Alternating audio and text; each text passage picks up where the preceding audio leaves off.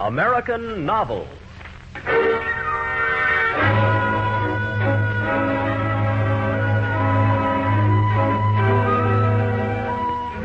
A New England family in the days of the Civil War, and one of the most dearly beloved stories ever written. The NBC University of the Air presents the first of a two-part radio edition of Louisa May Alcott's story, Little Women, another in the series of books that live. American Novels.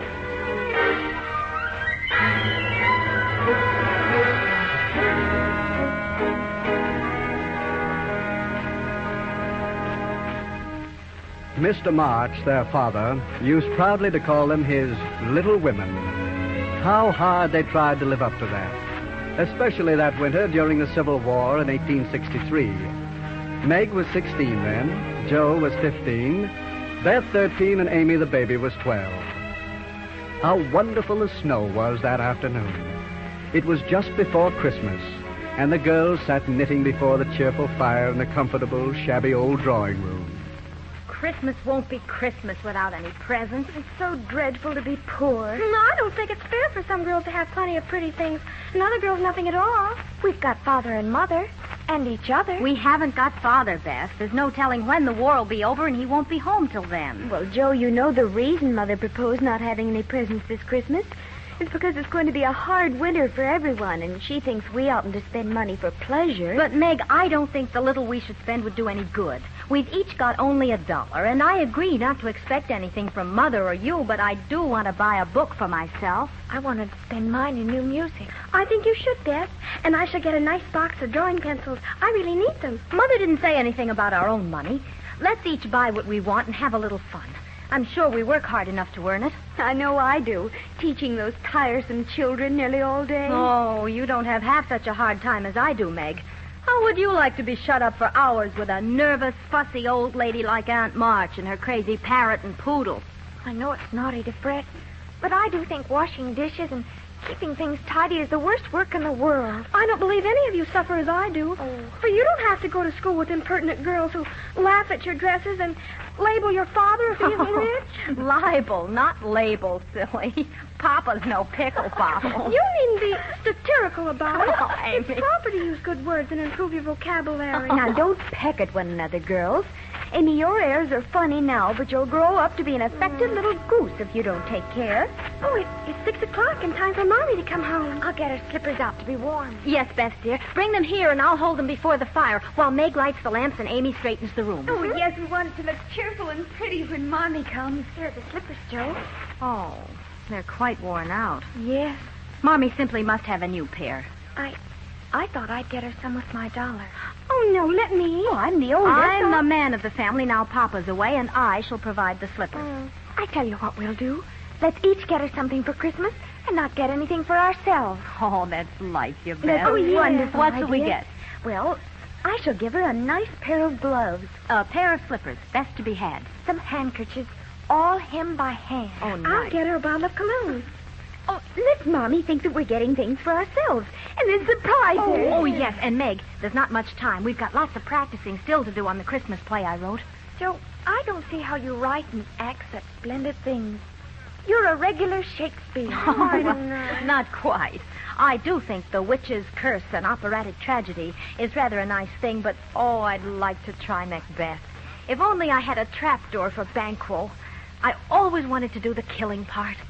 Is this a dagger that I see before me? No, it's a toasting fork with Mother's slipper on it. I'm glad to find you so merry, my girl. Here, let me take your wet cloak and bonnet, Mother. Thank you, Meg. Sit here, Mommy. Oh, it's good to be home with my darlings. And I've got a treat for you. A letter. It's a letter from Father. Yes, a nice long letter. Well, read it. All right, girls, now be quiet if you want to hear. My own dearest, how much I miss you and the 4 girls. In my mind's eye, I can see all of you, just as you are. You in the big chair by the fire, and the girls clustered around you. Give them all my dear love and a kiss. I think of them by day and pray for them by night. I know that they, too, will win the battle each of us must fight with himself and conquer themselves so beautifully that when I come back to them, I may be fonder and prouder than ever of my little women.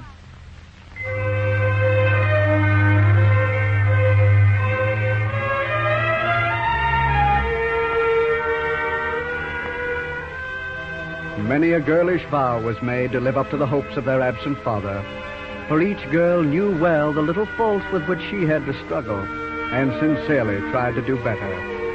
And then came Christmas morning, and what a wonderful Christmas it was. When the girls arose, they found that Mommy had stolen out early to visit a poor family, and they found it hard to wait till she got back to give her presents. And the Christmas breakfast they prepared, buckwheats and piping hot muffins, and the smell of coffee wafted right from heaven. They were famished when Mommy came in. Merry Christmas, little daughters. And what a beautiful breakfast. Isn't it wonderful? But before we sit down, let me say one word. Not far away from here lies a poor woman with a little newborn baby. 6 children are huddled into one bed to keep from freezing, but they have no fire. There's nothing to eat over there, and they're suffering. My girls, will you give them your breakfast as a Christmas present? Oh, yes, Why, Mommy. certainly, Mommy. I thought you'd do it. You shall all go and help me, and when we come back, we'll have bread and milk for breakfast and make it up at dinner time.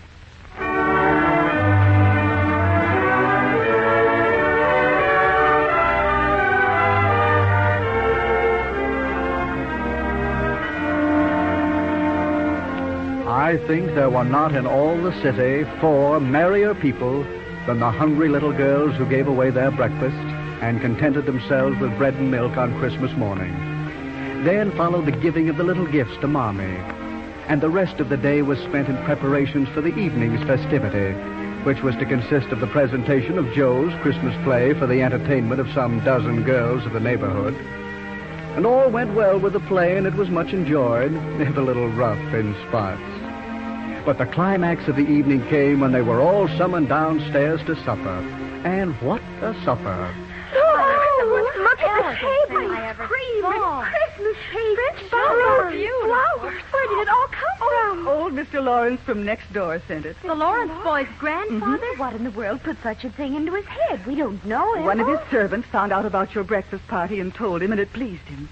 He knew my father years ago, and this afternoon he sent me a polite note saying he hoped I would allow him to send my children a few trifles in honor of the day. Oh, nice. I couldn't refuse, and so you have a little feast at night to make up for the bread and milk breakfast. That boy put it into his head. I know he did. He's a capital fellow. I wish we could get acquainted. Well, I've heard that old Mr. Lawrence is very proud with all his money and fine house and doesn't like to mix with his neighbors. He keeps that grandson shut up when he isn't riding or walking with his tutor and makes him study very, very hard. Well, I don't propose to be the first to make advances to him. Well, I mean to know him someday. He needs fun. I'm sure he does.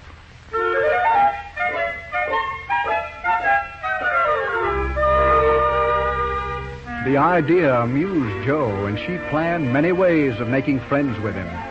But he'd not been seen lately, and Joe began to think he'd gone away. When one snowy day she spied a brown face at an upper window, looking wistfully down into their garden. And Joe resolved to try what could be done. She saw Mr. Lawrence drive off, and then sallied out to dig her way down to the hedge, where she paused and took a survey. There he is at the upper window, poor boy. All alone and sick this dismal day. It's a shame. I'll toss up a snowball and make him look out, and I'll say a kind word to him. Oh, that roused him. How do you do? Are you sick? Better, thank you. I've had a bad cold and been shut up a week. I'm sorry. What do you amuse yourself with? Nothing. It's as dull as tombs up here. Don't you read?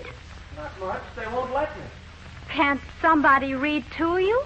Oh, Grandpa does sometimes, but my books don't interest him, and I hate to ask my tutor Brooke all the time. We'll have someone come and see you then.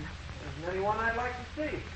Boys make such a row, and my head still aches a little. Well, isn't there some nice girl who'd read and amuse you? Don't know any. Oh, you know us. So I do. Will you come, please? I'll come if Mother will let me. I'll go ask her. Shut that window like a good boy and wait till Well, here I am, bag and baggage. Mother sent her love, and she was glad if I could do anything for you. Oh, what a cozy room this is. Thank you. Oh, here, take the big chair and let me do something to amuse my company. Oh, no, I came to amuse you. Shall I read aloud? Some of those books look very interesting. Thank you, but I've read all those, and if you don't mind, I'd rather talk. Oh, not a bit. I'll talk all day if you'll only set me going. Beth says I never know when to stop. Is Beth the rosy one who stays at home a good deal? Yes, that's Beth. She's my girl, and a regular good one she is, too. The pretty one is Meg, and the curly-haired one is Amy, I believe. How did you find that out? Well, you see, I often hear you calling to one another. And when I'm alone up here, I can't help looking over at your house. You always seem to be having such good times. Oh, I just wish instead of watching you'd come over to see us. Wouldn't your grandpa let you? I think he would if your mother asked him. He's very kind, though he doesn't look so, only he's afraid I might be a bother to strangers. We aren't strangers. We're neighbors, and you needn't think you'd be a bother. We want to know you.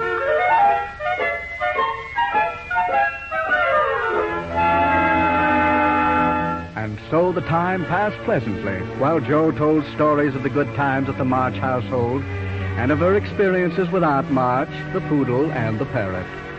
Finally, the talk turned to books, and finding that they shared a real love for them, Laurie took Jo down to his grandfather's library. Just at this point, the doctor arrived, and Laurie excused himself to have an examination, and Jo was left alone to amuse herself in the beautiful old room.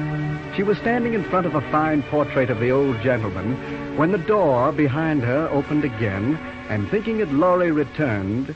I'm sure now that I shouldn't be afraid of your grandfather. He's got kind eyes, though his mouth is grim. And he looks as if he had a tremendous will of his own. He isn't as handsome as my grandfather, but I like him. Thank you, ma'am. Oh, So you're not afraid of me, eh? not much, sir. And you don't think me as handsome as your grandfather? Not quite, sir. And I've got a tremendous will, have I? I only said I thought so. But you like me in spite of it? Yes, I do, sir. You've got your grandfather's spirit. He was a fine man, my dear. And I was proud to be his friend. Thank you, sir. What have you been doing to this boy of mine, eh? Only trying to be neighborly, sir. I'd seen him at his window looking very lonely and sad, and I thought that what he needs is the companionship of young people. And I decided to see what I could do. You think he needs cheering up a bit, do you? Yes, sir. We're only girls, but we should be glad to help if we could. Yeah, but now it's tea time. Come along. And go on being neighborly. If you'd like to have me, sir. I shouldn't ask you if I didn't. My arm, young lady.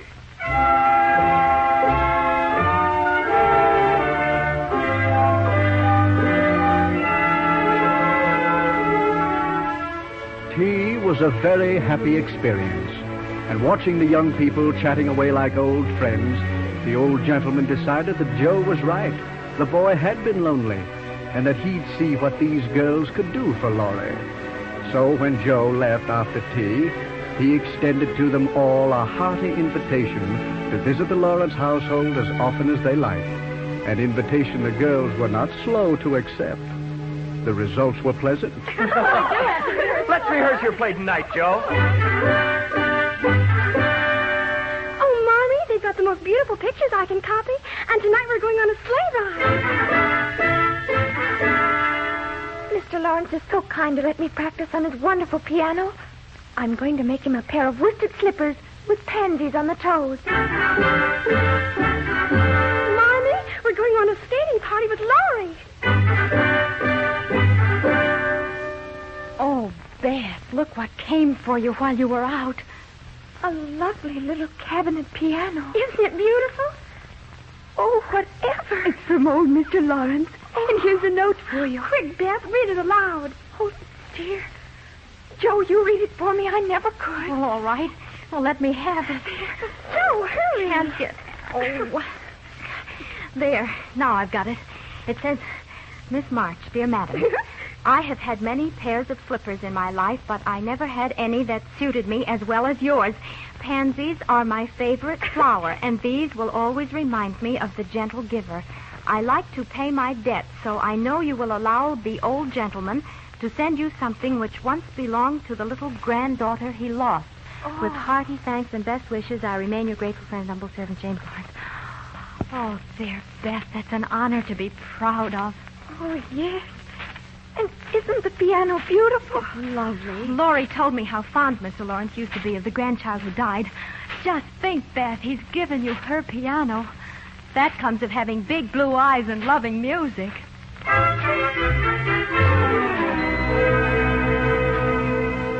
And so the winter passed and spring came, and there were picnics and wonderful outings for Laurie and the girls.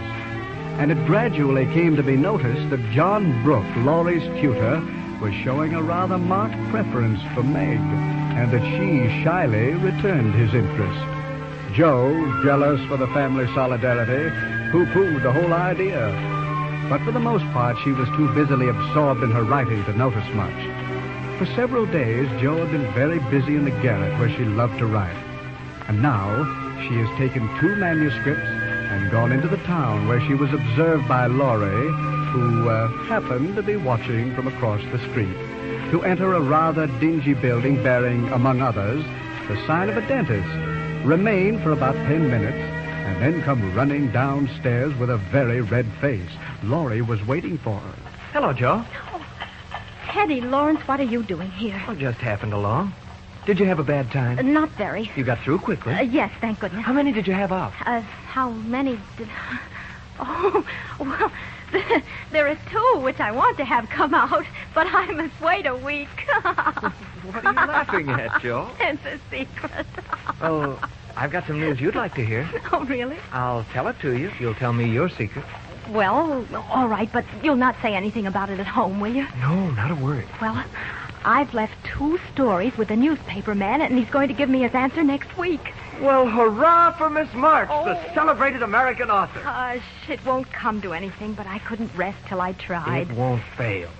Why, Joe, your stories are works of Shakespeare compared to half the rubbish that's Laurie. published every day. Oh, no. Oh, won't it be fun to see him in print? Oh, yes, Laurie, that would be wonderful. Now, where's your secret? Remember the pair of gloves that Meg left at our house and only one could be found? Yes? I know where the other glove is. Is that all? Wait till you hear where it is, though. Tell them. John Brooke has it. John, how do you know? Saw it Where? in his pocket. All this time? Yes. Isn't that romantic? No, it's horrid. Don't you like it? Well, of course I don't. It's ridiculous. It won't be allowed. I thought you'd be pleased. At the idea of anybody coming to take Meg away? No, thank you.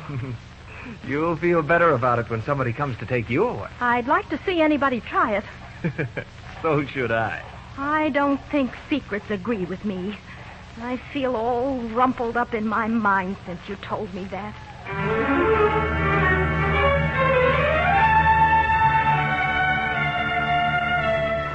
A good race through the clear fall air helped to smooth out Joe's mind. But for the next week or 2, she behaved so queerly that her sisters were quite bewildered.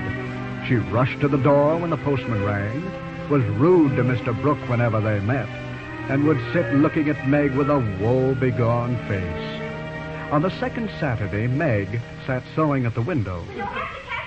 Well, my goodness, there's Laurie chasing Joe all over the garden. What shall we do with that girl? She never will behave like a young lady. I hope she won't. She's so funny and dear as she is. It's very trying, but we never can make her comme il la faut. Comme il... Oh, Amy, darling, it's comme il faut. Isn't that what I said? Oh, my goodness sakes, you two. Can't you ever come in quietly? There's a story in the paper that Joe wants to read to you. Oh, it doesn't amount to much, I guess. I just thought you might be interested. What's the title? The Rival Painter. Oh, that sounds well. Go and read it. Yes, All Joe. right. The Rival Painter.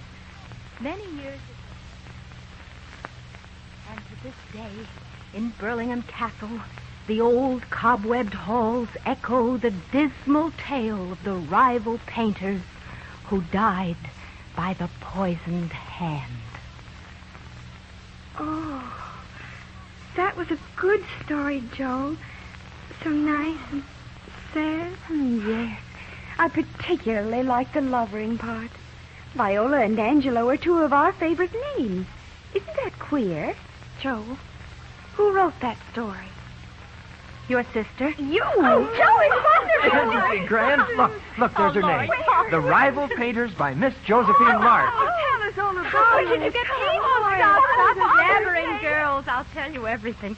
First, I didn't get paid for the story at all, but the man told me that he will take all I can send him, and I will get paid for them after this, and I'm so happy. In time, I may be able to support myself and help you girls. Oh, that must be Mother. She's home early. Won't you be happy about Joe's story? I hope so. Girls, I'm afraid I've got bad news for us all. Mommy. It's in this telegram, Joe. Yes, Mother. Let me sit down a moment. What is it, Mother? Mrs. March, your husband is very ill. Come at once. S. Hale National Hospital, Washington. I shall go at once, of course, but it may be too late. Oh, of course. Oh, let me think. Where's Laurie? Here, ma'am. Let me do something to help. Laurie, send a telegram saying I'll come at once. The next train goes early in the morning. I'll take that. What else? The horses are ready. I can go anywhere, do anything. Well, I want you to take a note to Aunt March. I must ask her for some money. Joe, you must run out to get a list of things I may need for the nursing. Certainly, Mother. Beth, go and ask Mr. Lawrence for a couple of bottles of old wine. All right. Amy, go get down the little black trunk. And Meg, come and help me find my things, for I'm half bewildered. Of course.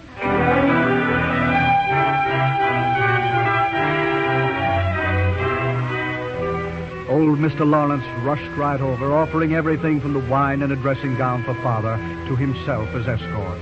He was too old to make the trip, but Ma Me almost sobbed with relief when Laurie's tutor, Mr. Brooke, offered to go instead.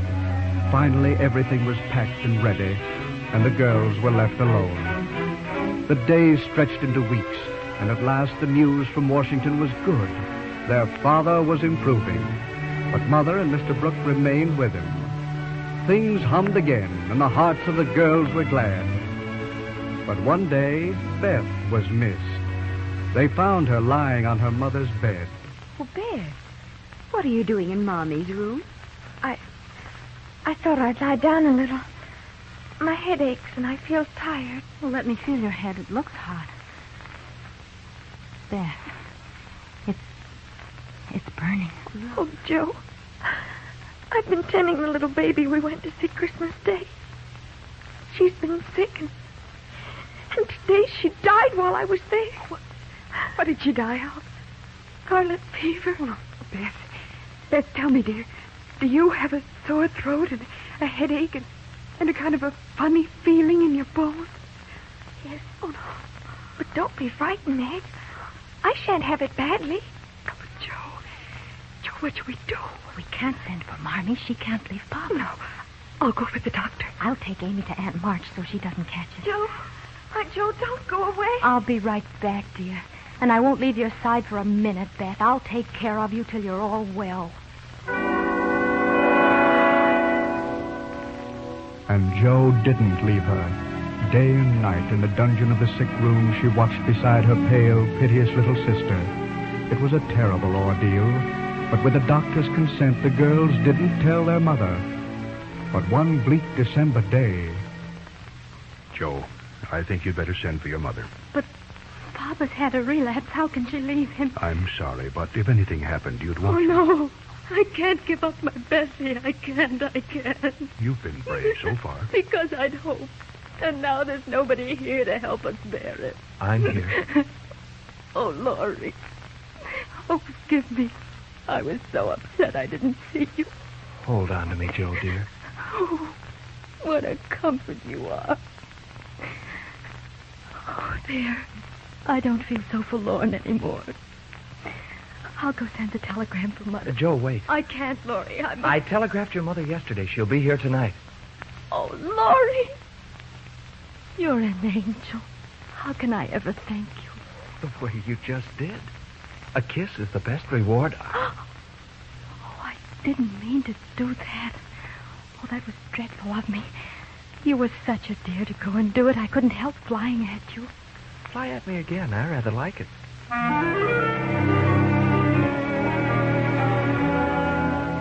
That night, there was a bad storm, and Mommy's return was delayed hour after hour. And during the night, the crisis came in Beth's illness. The girls watched fearfully as little Beth struggled with the fever. Then suddenly she sighed and relaxed and lay still. Their hearts sank as the doctor stooped over the quiet, pale form. Good. The fever has turned. She's sleeping naturally. Then she'll live? She'll be all right? Yes. Yes, I think the little girl will pull through this time. Oh, thank God. Heaven. Now keep the house very quiet. Let her sleep, and when she wakes, give her a spoonful of it. Poor girl. Marmee. Marmee, you're home.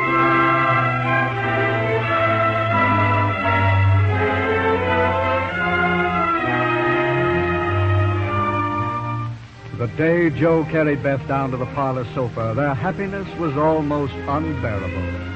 And just at that moment, their father stood at the door, and Beth ran straight into his arms.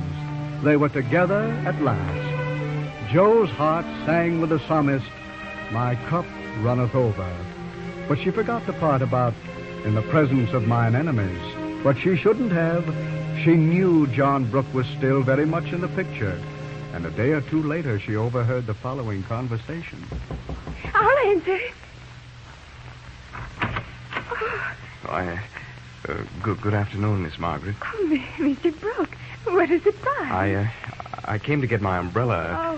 That is, to see how your father finds himself today. Oh, it's very well. He's in the rack. I'll get him and tell it you're here. Oh, you wait. Wait right here.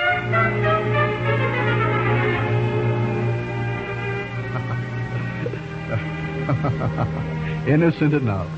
A man comes for his umbrella, and a girl blushes and stammers. But Joe knew the reason for Meg's confusion, and her heart sank with foreboding.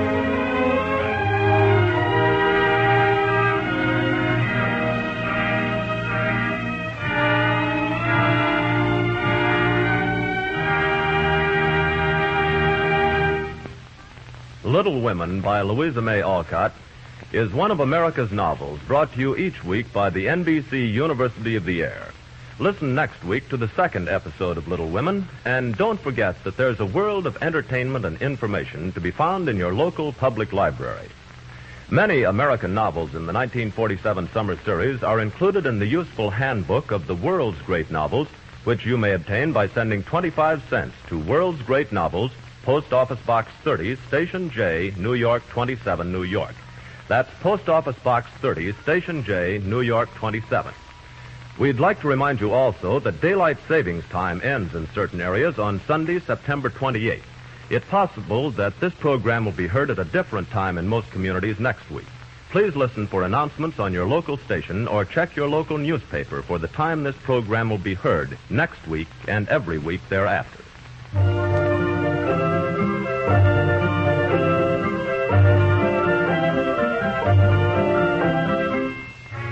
Little Women was adapted for radio in part by Ethel Harris Gregory. The music was composed by Emil Soderstrom, and the orchestra was directed by Bernard Berquist. The entire production was under the direction of Homer Heck. Joe is played by Geraldine Kay, Meg by Martha McCain, Beth by Doris Grundy, and Amy by Mary Ann O'Neill. Marmee is played by Fern Persons, Laurie by Charles Flynn, Mr. Lawrence by Stanley Gordon, and Mr. Brooks by Larry Alexander. The narrator is Jonathan Hull. This is Don Elder.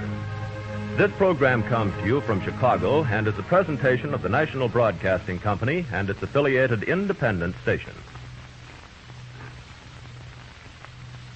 This is NBC, the National Broadcasting Company.